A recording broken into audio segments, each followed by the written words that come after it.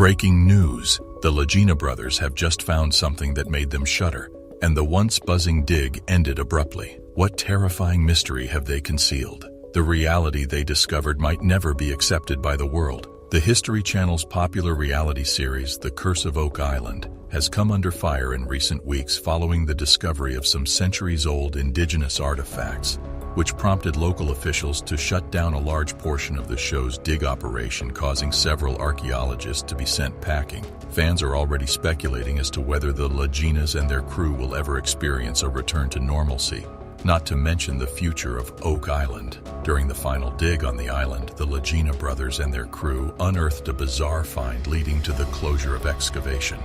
While the Lagina brothers and metal detector specialist Gary Drayton have mostly found mud, wood, and other metal implements on the 140 acres of the purportedly cursed Oak Island, they have also found a number of rare artifacts. But what precisely are these insane discoveries they managed during the final excavation in the whimsical realm of Oak Island? There is yet another challenge for the men on the Curse of Oak Island. In an effort to prevent them from digging on the island, the Canadian government intervened. Finding underground entrances to what they think is the riches was the objective, though. Regrettably, bureaucracy is getting in the way. The team discovered what could have been a hidden room next to the garden shaft. Doug engaged Dumas Contracting Limited to come in and work as excavators to dig them down and into these potential chambers. He did this by giving them a call. They think they have discovered pathways leading to a potential hidden treasure on the island. The crew was forced to wait since it would take 50 days to descend 75 feet as a result. They thought they may have just discovered a network of tunnels and chambers leading to the fabled hidden wealth. Additionally, they think one of the artifacts they discovered was of Viking provenance, which is much older than they had anticipated. But there is a new issue now. The hire of excavators, according to the Canadian government, indicates that the Lagina brothers require a mining warrant. Even though they are not officially mining, red tape has once again turned the authorities against the crew searching for wealth. Not all fans, though, appeared shocked.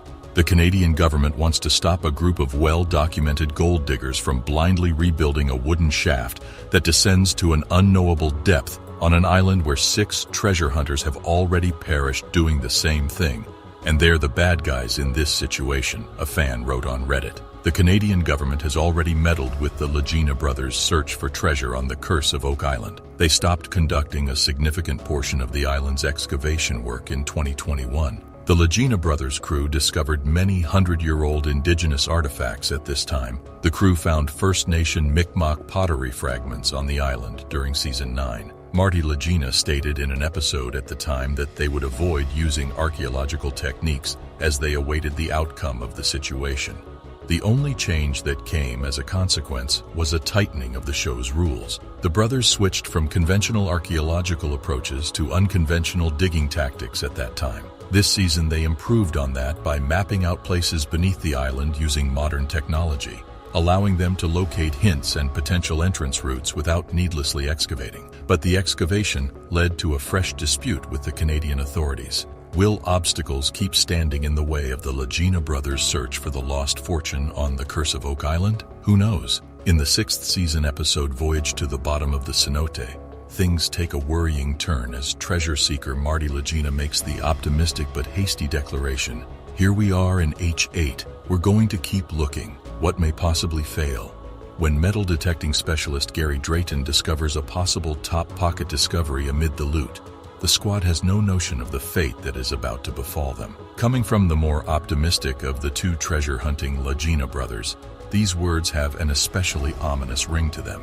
In a recent episode, the action in the Money Pit area came to a similar sudden halt when someone found what could be a bone fragment. The more the Lagina brothers and their team excavate, the closer they reach the legendary treasure. It's been almost a decade since they worked on unearthing the truth, but unfortunately they never reached such a great height until now. This season left them, and their fans shocked when they brought such discoveries to the audience's platter. However, things will take to the next level in The Curse of Oak Island Season 10, Episode 25, when the new discoveries connect all the pieces together. So, are they close to locating the treasure? Well, fans are curious to learn this. And the hits keep coming. The next episode will solve another enigma. On Lot 5, Laird Niven resumes his excavation work. The crew will search for the secret buried beneath the triangle-shaped marsh as they move on. The team will continue digging, but they will soon get startling information that links Lot 5 to the triangle-shaped marsh. When the crew keeps digging in Money Pit, they'll also discover a remarkable discovery. They are now more prepared than ever to solve the puzzle. Marty, Craig, and Charles have been getting ready to down the 82-foot shaft for the past week. The crew didn't think there could be a tunnel underneath the shaft's terminus, since one of the sides kept sinking. They chose to independently verify it despite this theory. Charles made the decision to go first and offer his services to everybody, but he had to go through specialized training first in order to achieve this. He descended and observed the garden shaft's dropping corner. After what he had seen, the group decided to dig at the bottom to see if there were any potential tunnels nearby. Marty, though, placed a hold on it. He intended to perform a self-check but needed more time to complete his dedicated training. Meanwhile, Alex, Rick, and Peter traveled to Italy to consult Umberto Musa, a specialist in coins and artifacts from antiquity.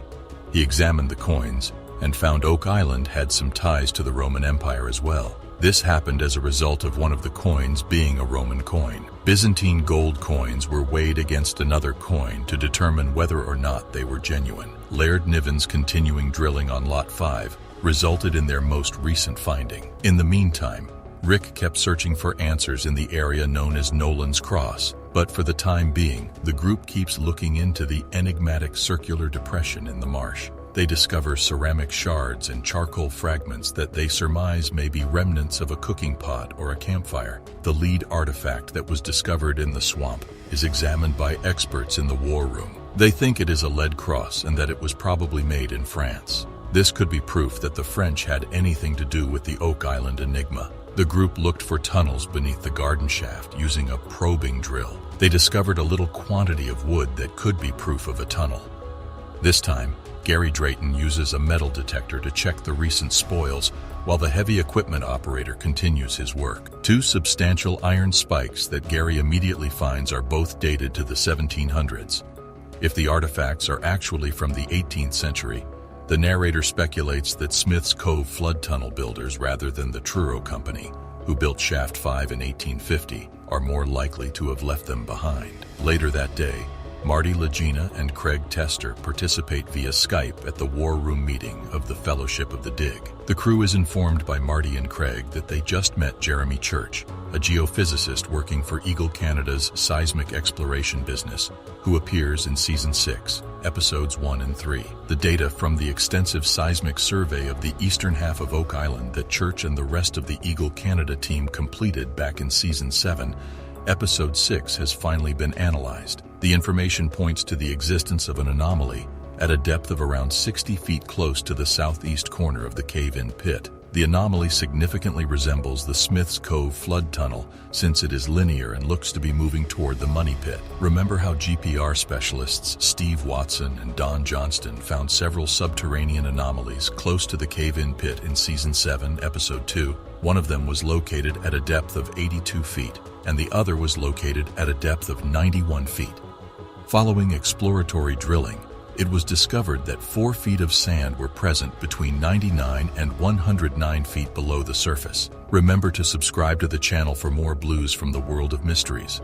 Today, Oak Island is still a fascinating location where tourists may follow in the footsteps of the pioneers by exploring the Money Pit's depths and taking in the incredible find that permanently altered the course of history. The island serves as a reminder that there are still mysteries to be solved, secrets to be revealed, and treasures hiding in the most unlikely locations. Click on the video links popping up for more interesting content, and we will catch you there in a minute. The Oak Island team steps back so that the Dumas Contracting Company team can start drilling in this episode. The business is ready to start the job and has everything it needs. Is it possible that new things will be found? How did the team get past problems to reach their goal? The most important question is, where is the wealth that was buried? Stay tuned as we keep looking for the treasure that has been hidden for a long time. Early in the morning, the drilling company starts by planning how to dig the yard shaft all the way down. For about 6 hours, the flooded water has to be drained out of the garden shaft. Then, debris and artifacts have to be pulled out, wood sets have to be added, and the tube underground has to be made clear enough to be explored. The first step in the process seems to be putting together a very strong and useful tool called the hammer grab, which weighs more than 3 tons and is used for digging. After the dig, the team plans to build new 8-foot-tall wooden levels to try to link to the confirmed but still unexplored tunnel. Different artifacts found by the Oak Island team during their past drilling have proven that the tunnel is there. Some of the water that was pumped out has been seen and studied so far and found to contain gold and other things. But there is one thing that stands out from what they saw. The water that was covered in gold didn't seem to come from the garden shaft. Instead, it seemed to come from the baby blob, which is west of the garden shaft. It was found that the baby blob had the most metal and other artifacts compared to other parts of the money pit, through past study and excavation efforts. The team has a lot of hopes for both during and after the addition of the shaft area.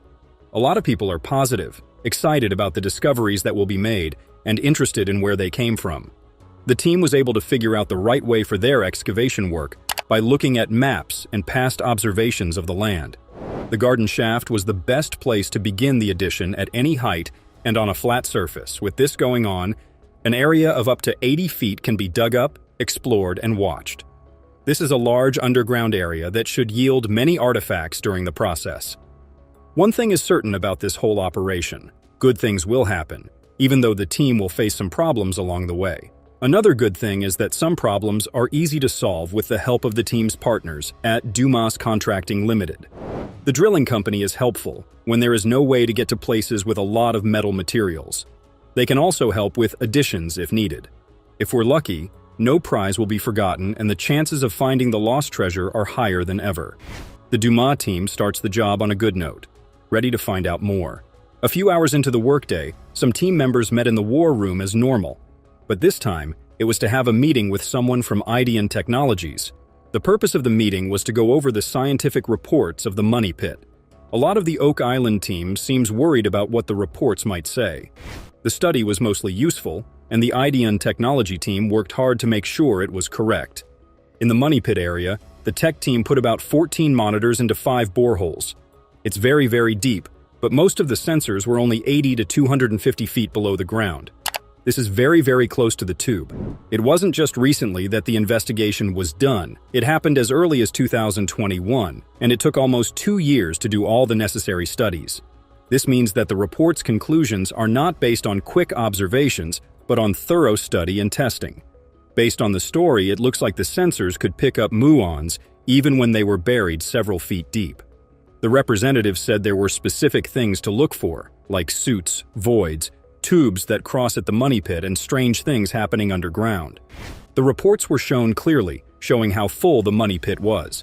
The 3D picture shows that the areas with moderate density are yellow, the areas with low density are blue dots, and the areas with high density are orange and red. Based on how you look at it, places with a high density are more likely to have treasures, while areas with a low density are more likely to have tunnels, voids, or vaults. Based on the picture, the result is good overall. What should be the baby blob was found about 65 feet below the money pit, west of the garden shaft. There was a lot of stuff there. More than 112 feet below the surface, however, there is a low-density area. The team has a conflict of interest because the results mean they might not be able to get to the high-density area because Dumas Limited is still running. Luckily, this isn't the only place where there are a lot of people. An oddity was found about 85 feet southwest of the garden shaft and 230 feet below the money pit. It had a much higher density than other places. This information makes everyone think of their potential. It looks like Oak Island might have more than one prize. This fact has never occurred to searchers in the past or present until now. The team is willing to learn more about what has been found and agrees to use careful digging to try to find out more about the island. As the minute went on, another report was made about an odd, low-density area that Oak Island's team seemed to have looked into.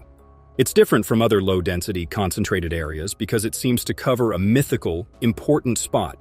There have been many attempts to find Aladdin's cave, but it has been hidden by the void for a long time. The L15 hole was drilled, and a big hole was cut at the SDW of the garden shaft just a year ago. The cave was about 40 feet long and 12 feet wide, and there were drawings and other signs of human activity inside.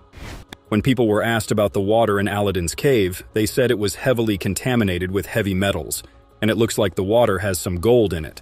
It's possible that the cave has been found before, but if not, it has now because all the signs point to it being the right place for the mythological place to be. The report from Ideon Technologies has changed the game and taken a big step forward in finding the prize. Right now, they have exact places, clear goals, and a plan for how to drill. This is a great result that shows that the years of study were very useful. Luckily, L15 can be drilled right away because it is not near the garden shaft. Drilling can start as soon as it is planned to. The meeting went very well because it proved what most of the team already knew. There was more than one treasure at and near the money pit. I think we can all agree that technological progress was a big part of solving many of Oak Island's secrets. The Duma Contracting Company keeps drilling deep in the garden shaft in the morning of a new day. This time, they are going to dig up L14, Aladdin's Cave. On the other hand, archaeologists at Lot 5 keep digging deeper into the stone wall of the rectangle depression that was built to hide the treasures. Some finds have been made, as expected. Some of them go back to before Oak Island, and its treasures were found. The crew found a new object early on, a piece of metal that they thought might be a bolt or a chain link. There could be a few clues as to why the claimed chain link's pieces were found. Some people think that the object broke while being moved or bonded with other items, possibly treasure, and was then buried before the stone wall was built. There's also a chance that something strange and possibly more complicated happened in the area. Where did the idea come from? What was the point of it? Who were the makers anyway? It is likely that the proposed CT scan of the artifact would solve these questions. But one thing is for sure, Lot 5 wasn't just a neighborhood. There is proof that it was also used for military purposes, either because of a conflict or as a training ground. The archaeologists keep carefully digging and sorting to find more unique artifacts that might finally give them information about what people did in the area. Back in the money pit area, another member of the team starts to work on the trash that was taken away. The expert with the metal detector and the historian on the team worked together to dig through the trash and find metal objects. Gary found several strong metal signs in the thick, murky water more than a year ago, but he wasn't able to get as much information because the search had been stopped. There was, however, a lot of proof that the place had a lot of precious metals. There are fewer limits on the operation this time, which means it will have more effects. Not long after the scanning, the detector made a number of beeps, which, as expected, meant that valuable metals were present. In no time, a big metal piece thought to be a wedge was found in the mud and other junk.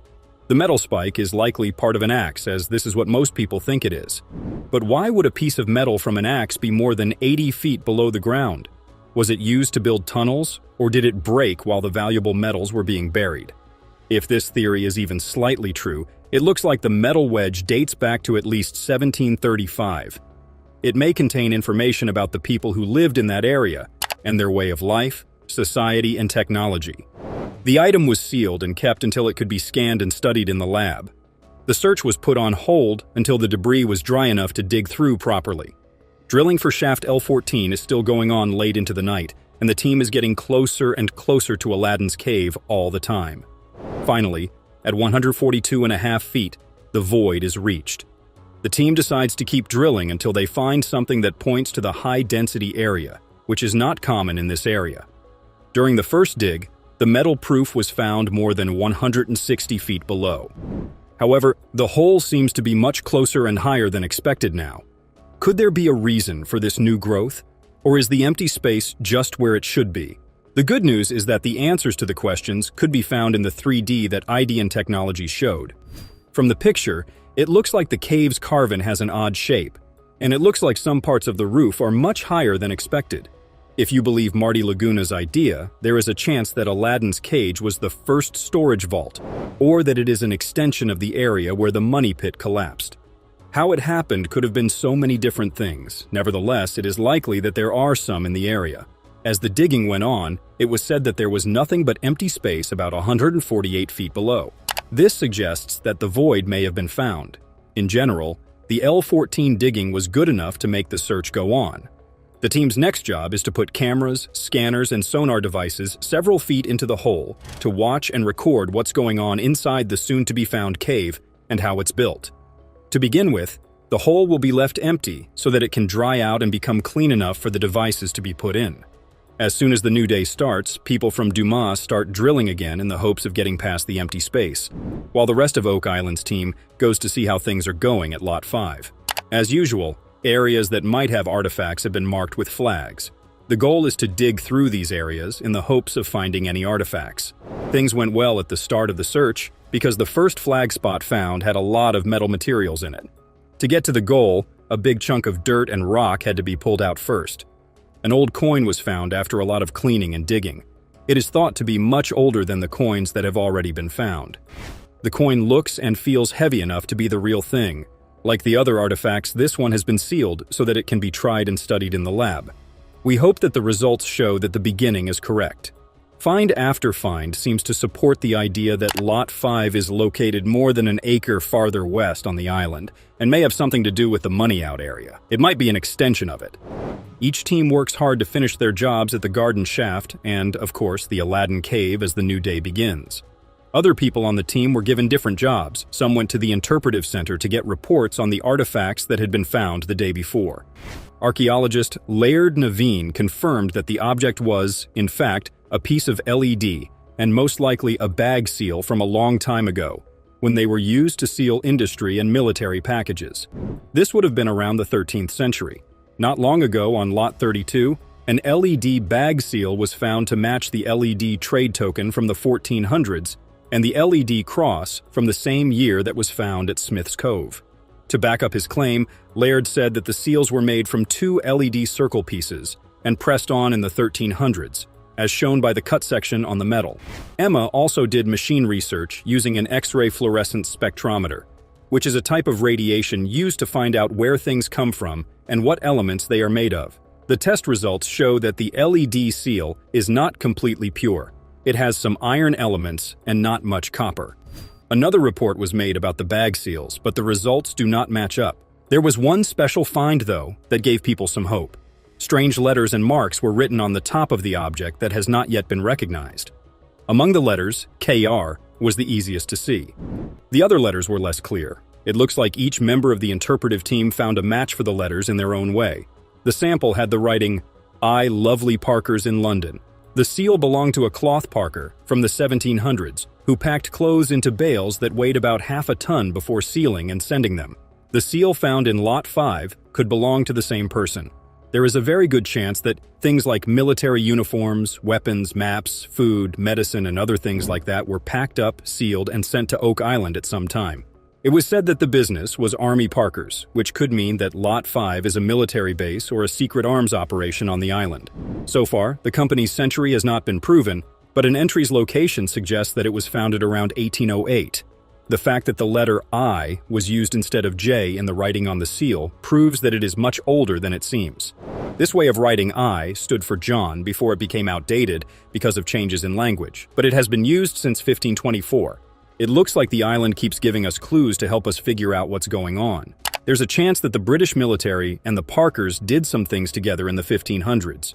The real question is, what was delivered? The seal could have been left by someone looking for the lost riches. This person could have had tools, supplies, medical care, or whatever they needed at the time. The guess is that it might be hard to figure out who it is. However, literally and figuratively, we might never know. Back at Lot 5, Jamie Kuba says that the archaeologists are making progress in digging carefully into the square depression. But a new project has been started to use genomics EM38B to scan the area near the rectangle feature and look for artifacts. The archaeological department has an electromagnetic induction device. The gadget's job is to find out how the pressure force changes the ground. The soil is changed by things like floods, fire, erosion, and the movement of soil layers. It is still possible to figure out what happened at the site, even if the proof has been washed away or is almost gone. The EM38B uses its magnetic pulls to find buried metal objects, buildings made of wood or stone, and damage or disturbance caused by people. While testing EM38B, Jamie was told that something strange was going on in a certain place. It's pretty close to the circular depression, which could mean something and link the two places together in some way. Beforehand, there were set places to explore that were marked with ropes spaced about 50 centimeters apart.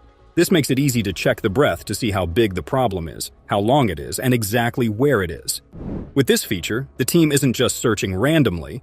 They're searching in places that have been specifically chosen. As another morning sun goes down, the team gets ready for the work of the day. We start the day with a video call with Craig Tester and the rest of the team. The aim of the meeting was to read the carbon dating report of 100-foot-deep wood samples that were taken more than a week ago at the C5N27 borehole. The wood came from a recently found shaft that went into the baby blob and was located directly east of the garden shaft. If you like the movie so far, please subscribe to the channel. Reports say that a piece of wood was carbon dated and found to be between 53.2% and 1811 years old, 25.5% to 1644 years old, and 16.7% to 1950 years old. The wood looks like it came from an outer edge tree and was cut down around the same time. Based on this information, the wood seems to be from a time before treasure hunters came to the island. This means that the tunnel was built by the people who first put the treasure there, not by someone who was looking for treasure. The Oak Island team is thrilled with this news. It proves that they are in the right place to drill the C5N27 hole, and they will soon be able to fully enter the tunnel. This tube could be an addition to the money pit or a way to get to it. It will become clear over time. It's also possible that C5N27 is bigger than what we think it is, especially in terms of length. There's no question that the money out and the tunnel at C5N27 are connected. Perhaps by digging deeper into the garden shaft, a link to the tunnel and a whole new discovery could be made. The information we have about C5N27 is more than satisfactory. It gives us hope for the search that lies ahead and for the amazing finds that will definitely be made. The Oak Island team looks excited to keep looking for the lost loot. This time, though, they are a little closer to discovering its home and hopefully taking the treasures out of the boxes. Researchers discover a key clue to the enigma of the money pit. It appears that the study team has at last discovered a clue to the treasure hidden in the money pit, after spending many long and exhausting hours looking. On Lot 13, which is situated just northeast of the marsh, Rick Legina, Tom Nolan, another landowner on Oak Island, and the other team members are getting ready to start another excavation. They are searching for significant proof. Although clay was found, it was rather obvious that it wasn't supposed to be there in the first place. They speculated that it might be a blue clay of some sort. When exploring an unusual rock formation known as the quadrilateral, Rick Legina and the rest of the team recently discovered what may prove to be a crucial clue to the money pit mystery. At a depth of 40 feet, researchers started the first serious excavation of the ancient money pit in the year 1804. They found a layer of blue clay there at that depth, acting as a sealant to keep water out of the hole. Curiously, the researchers found the same substance in 2018 while looking at a ring-shaped stone monument called the Eye of the Swamp. Is it conceivable that the crew has now found proof that the quadrilateral was made by the same people who altered the swamp and built the money pit? If that's the case, it's a really intriguing development. If that makes sense, it somewhat reminded them of what they had seen in the money pit. Blue clay plays a significant role in the tale of the money pit's discovery in history.